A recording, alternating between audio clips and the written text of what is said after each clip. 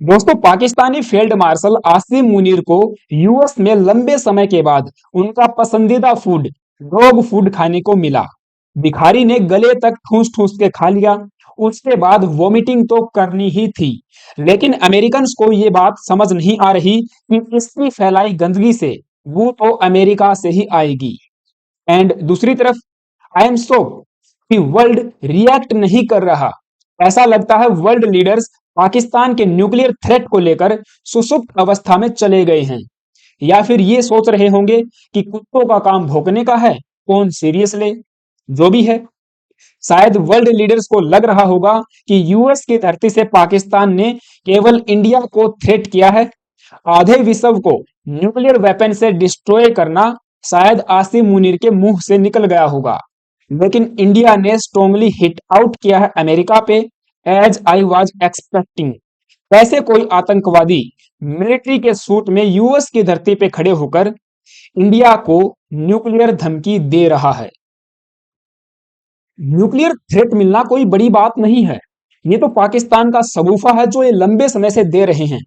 भारत के प्रधानमंत्री, भारत की टॉप लीडरशिप ने कैटेगोरिकली इस बात को कहा है कि भारत कभी भी न्यूक्लियर धमकियों से नहीं डरेगा। भारत की security, integrity, unity and sovereignty को यदि कोई एक्सटर्नल थ्रेट होगा तो भारत उसी लैंग्वेज में जवाब देगा। नव मैटर बड़ा इसीलिए हो जाता है कि पाकिस्तान ने यूएस की धरती से इंडिया को थ्रेट किया है, जो इंडिया को अपना स्ट्रेटेजिक पार्टनर बताता है। पता नहीं ट्रंप की वीक एंड डगमगाती फॉरेन पॉलिसीज के चलते इंडिया यूएस रिलेशन कहां पे जाने वाले हैं, बट इंडिया आज के समय वर्ल्ड स्टेज पे होने वाली हर डेवलपमेंट का जवाब देता है जो अगेंस्ट इंडिया होती हैं। भारत ने स्ट्रांगली कहा है कि पाकिस्तान का जो ये न्यूक्लियर सैबर रैटलिंग, यानी कि न्यूक्लियर तलवारों का लहराना, ये केवल इनका सगुफा है, पाकिस्तान स्टॉक इन ट्रेड है। यहाँ पे आप देखिए ऑफिशियल स्टेटमेंट हमारे मिनिस्ट्री ऑफ एक्सटर्नल अफेयर्स की तरफ से आई है 11 अगस्त 2025। ये कहते हैं, our attention was has been drawn to remark reportedly made by Pakistani chief of army staff field marshal जो भी है, while on a visit to the United States. Nuclear saber rattling is Pakistan's stock in trade, and the international community can draw its own conclusion on the irresponsibility inherent in such remarks. जो अंतर्राष्ट्रीय community है, जिसमें defence experts, geopolitical analyst, world leaders and जो भी ambassador type के लोग हैं, इन सब को खुद से कंक्लूजन निकालना पड़ेगा कि पाकिस्तान के फील्ड मार्शल का जो ये रिमार्क है वो कितना इररिस्पॉन्सिबल है, गैर जिम्मेदाराना है। इसी वजह से पाकिस्तान, जो कि एक न्यूक्लियर पावर्ड कंट्री है, उस पे डाउट यहाँ पे रेज होता है। जो पाकिस्तान आतंकवादियों के साथ हाथ मिला के रखता है, कैसे अपने nuclear weapons, integrity, command and control को कैसे सेफ रख पाएगा, which also reinforce the well held doubt about the integrity of the nuclear command and control in a state where the military is hand in glove with the terrorist groups. आगे इन्होंने means ministry of external affairs ने US को भी यहाँ पे लताड़ लगाई है। It is also regrettable that these remarks should have been made from the soil of a friendly third country. Bharat का एक फ्रेंडली देश यूएस, जिसके साथ हम ठीक है लंबे समय से फ्रेंडली रिलेशंस एंजॉय करते हैं, एक स्ट्रेटेजिक पार्टनर है, डिफेंस पार्टनर है, एंड वेरियस एरियाज में हमने कोलेबोरेशन करके चल रहे हैं। जैसे अभी रिसेंट आपने देखा होगा स्पेस सेक्टर में भी नए नए आयाम यूएस एंड इंडिया मिलकर यहाँ पे गढ़ रहे हैं। जैसे कि अभी दुनिया की सबसे महंगी सैटेलाइट नासा और इसरो ने मिलकर बनाई और इसरो के द्वारा उसको स्पेस में लॉन्च किया गया था, तो वहां पे कोलैबोरेशन चल रही है ऐसे ही।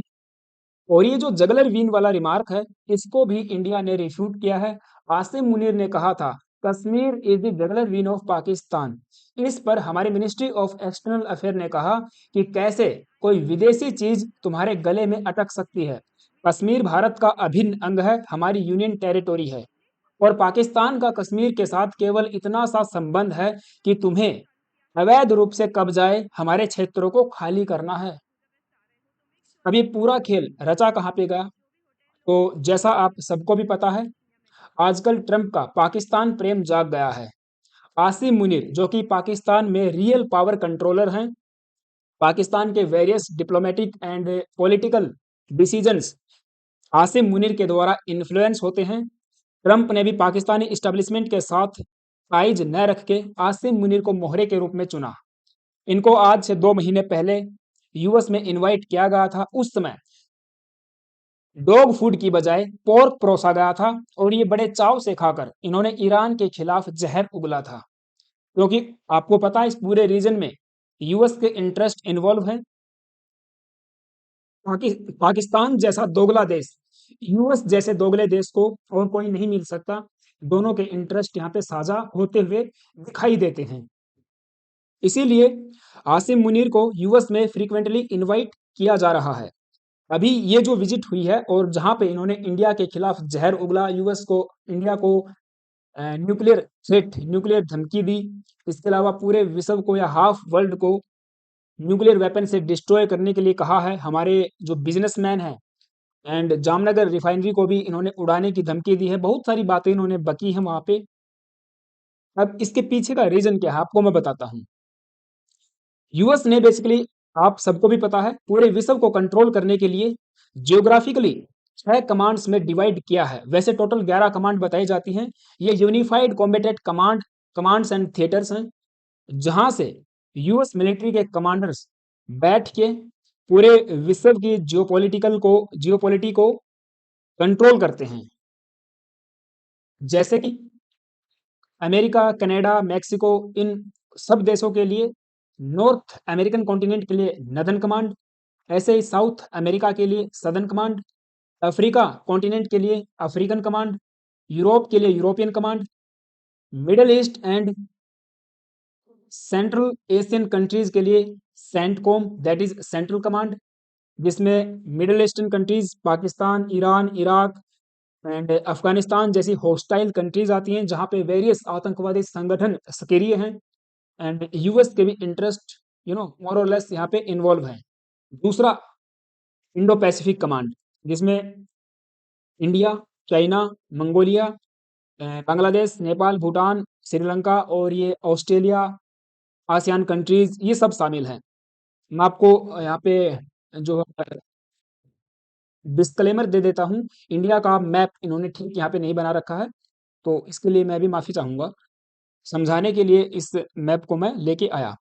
सो यहाँ पे इस तरह से आप देख पाओगे, ये कमांड्स इन्होंने डिवाइड की हैं, एक एक कमांडर यहाँ पे बैठता है। और जो सेंटकॉम है, सेंटकॉम को कंट्रोल करने के लिए यूएस ने पाकिस्तान को चुना। पाकिस्तान की जो मिलिट्री इस्टेब्लिशमेंट है, आसिम मुनीर जैसे दोगले व्यक्ति मिलिट्री के भेष में आतंकवादी ही हैं, उनको यूएस पनाह दे रहा है, उनको फंड दे रहा है और अपने हिसाब से जो है चला रहा है।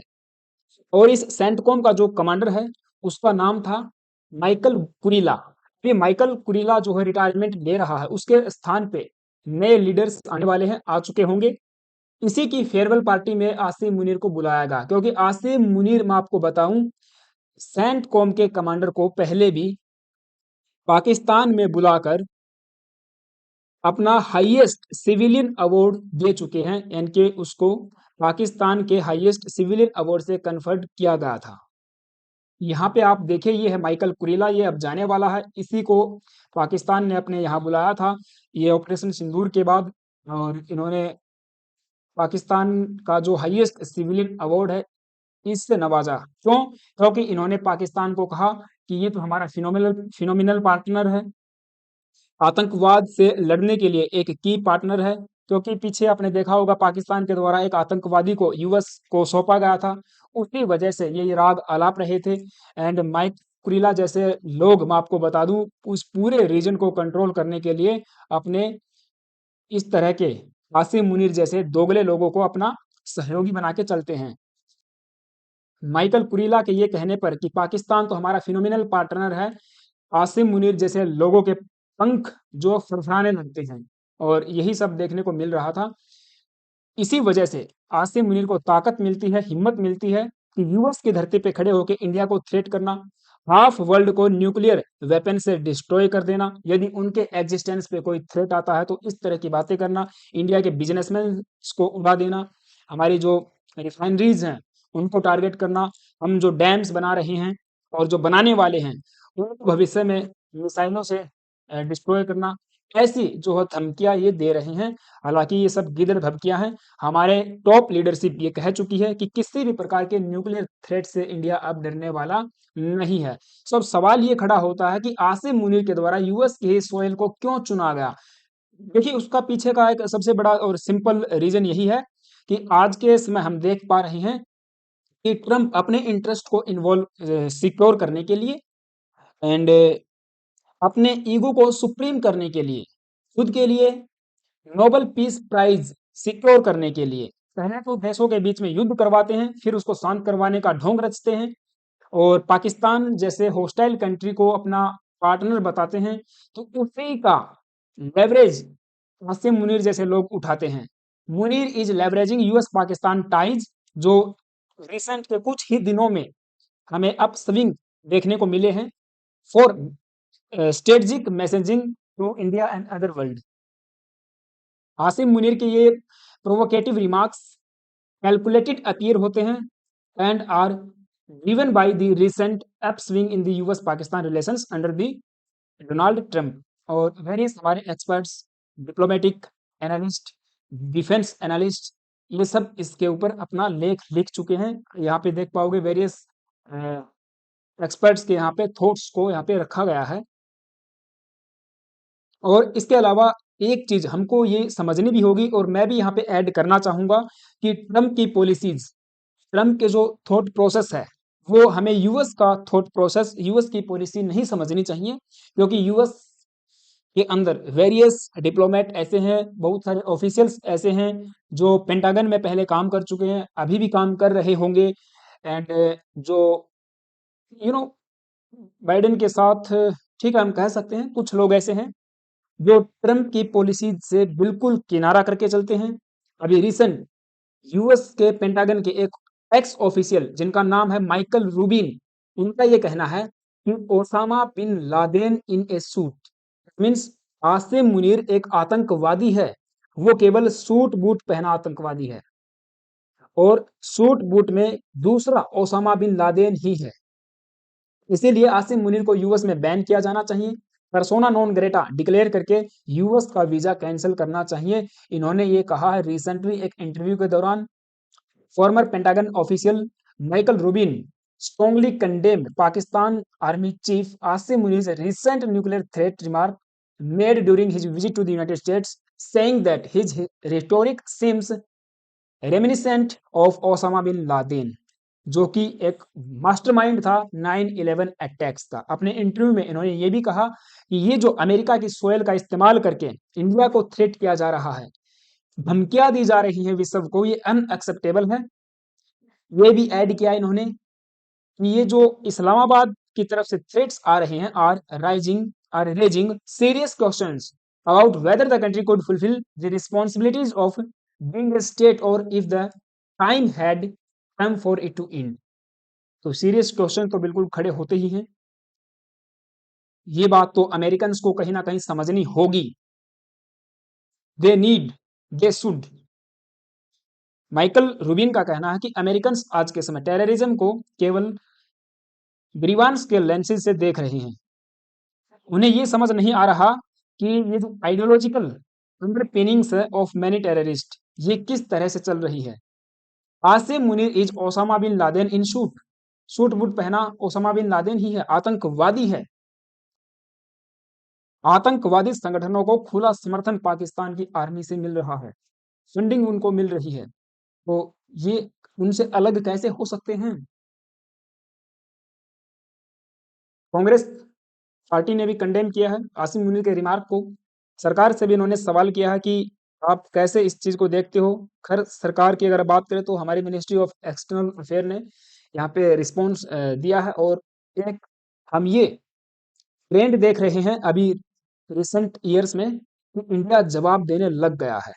यहाँ पे हम चुप नहीं रहते, हमारे इंटरेस्ट, हमारे हितों की रक्षा के लिए हम जवाब दे रहे हैं। एंड जो भी कंस्ट्रक्टिव एक्शन भी लेना है उसको भी हम ले रहे हैं, चाहे ट्रम्प के टैरिफ्स को लेकर हो और या वेरियस इश्यूज हैं जिन पे बात की जा सकती है।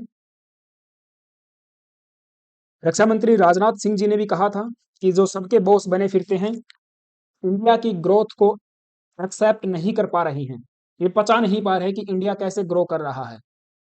क्योंकि ब्रिटिश ने तो ऐसा छोड़ दिया था हमें कि इंडिया कभी ग्रो नहीं कर पाएगा, बहुत सारे टुकड़े हो जाएंगे। हाँ ठीक है, 2 टुकड़े हुए हमारे, अब 3 भी कह सकते हो कि बांग्लादेश गया इधर, इधर पाकिस्तान, और वो तो पहले ही चला गया था। और फिर भारत को भी इन्होंने ये सोचा कि ये एक ऐसा देश बन के उभरेगा जो हर तरह से अनस्टेबल रहेगा, लेकिन ऐसा हो नहीं पाया। हमने अपनी मेहनत के बल पर हर सेक्टर में ग्रो किया। नितिन गडकरी साहब का भी यही कहना है कि ये जो दादागिरी जो चल रही है ना, ये नहीं होनी चाहिए। जिस दिन आप टेक्नोलॉजिकली एंड इकोनॉमिकली एडवांस हो जाओगे, सेल्फ रिलायंट हो जाओगे, कोई तुम्हें दबा नहीं पाएगा। गडकरी साहब ने कहा है कि जो दादागिरी है, जो बुलिंग है, यूएस कर रहा है या फिर जो डेवलप इकोनॉमीज कर रही हैं, वो इसीलिए कर रही हैं कि उनके पास लेवरेज है। जब हम हो जाएंगे तो हमारे पास, मीन्स हम ऐसा नहीं करेंगे, हम दूसरे देशों को दबाने का काम नहीं करेंगे।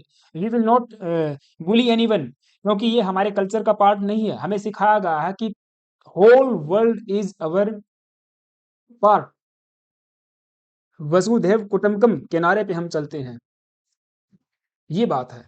अब आई थिंक ये पूरा सेशन, पूरा लेक्चर आपको समझ में आया होगा। आपका क्या ओपिनियन है मुझे कमेंट बॉक्स में जरूर बताना गाइज। और चैनल पे नए आए हो तो प्लीज एक सब्सक्राइब करना, बेल आइकन प्रेस करना। Thank you, have a nice day.